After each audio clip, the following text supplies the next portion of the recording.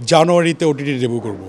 বড় বড় নাম শুনে ভয় লাগে। I love to do acting in fiction and ফিকশনই থাকতে চাই। কার সাথে অভিনয় করবো শখটা নেই। অ্যাকশন রোমান্টিক গল্প আমার খুব পছন্দ। এরকম কোনো ফিল আমার মধ্যে কাজ করে না যে আমার ওর সাথেই কাজ করতে হবে। She is a very good performer. Alia ভাটকে আমার ভালো লাগে। সামনে কাজ হচ্ছে এই মাসে আরও 2-3টা সিঙ্গেলের কাজ করার কথা চলতেছে already. Shooting date lock already. এই মাসের শেষে নতুন একটা সিরিয়াল শুরু করব।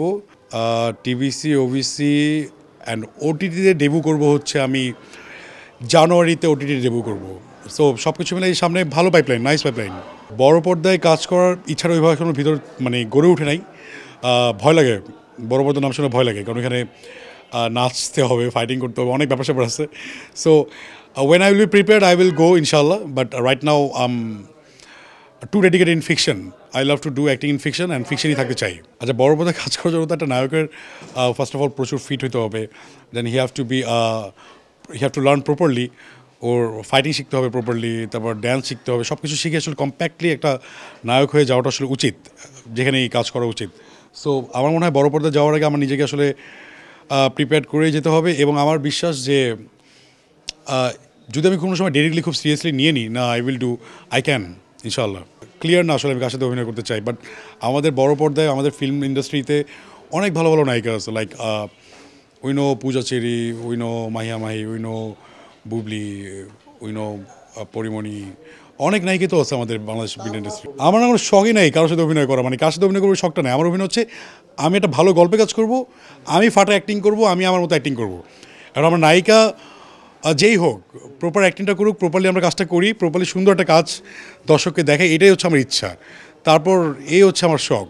I love to play action romantic গল্প আমার খুব পছন্দ।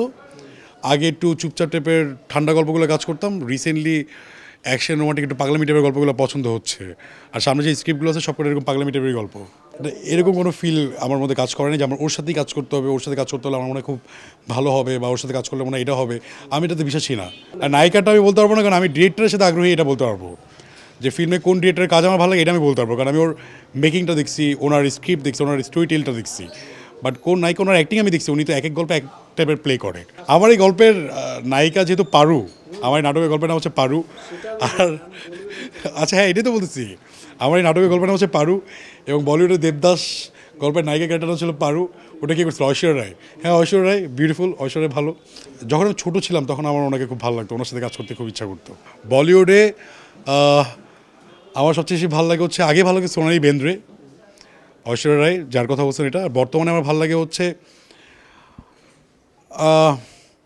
She is a very good performer. Alia ভাটকে আমার ভালো লাগে। বাংলাদেশের সবাইকে আমার ভালো লাগে, কাকে খারাপ লাগবে, কেন খারাপ লাগবে? দে আর অল আওয়ার অ্যাসেট। ওরা আছে আমাদের বাংলা ফিল্ম ইন্ডাস্ট্রিটাকে পুরো বিশ্বে তুলে ধরতেছে, যেই কজন নায়িকাই আছে। করি না, সবার সাথেই কাজ করি, এর সাথে কাজ করবো, ওর সাথে করবো না, এর সাথে করবো, ওর সাথে করবো না। আমার এগুলো আসলে পছন্দ না। মানে যে ক্যাপাবল, যে আসলে কাজ করার জন্য যোগ্য, কেন কাজ করবো না ভাই? আজকে একটা ভালো পজিশনে আমি চলে গেলাম, একটা মেয়ে নতুন অ্যাক্টিং করা শুরু করলো, 2-3টা নাটক করলো। সো ওকে অনেকে ব্রেক দিতে চাবে না, অনেক নায়করাই ব্রেক দিতে চাবে না। ঠিক তেমনি নায়কের ক্ষেত্রেও হয়। ধরেন আজকে একটা নায়িকা অনেক ভালো লেভেলে চলে গেছে, অনেক ভালো কাজ করতেছে সিঙ্গেলে, বাট ধরেন একটা ছেলে খুব একটা ভালো লেভেলে যেতে পারে নাই। সো নায়িকারা আসলে নায়কের সাথে কাজ করতে চায় না।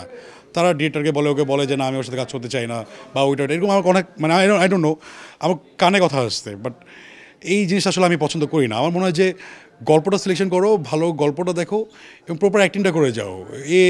ও এত কিছু ভাবার টাইম নেই আসলে।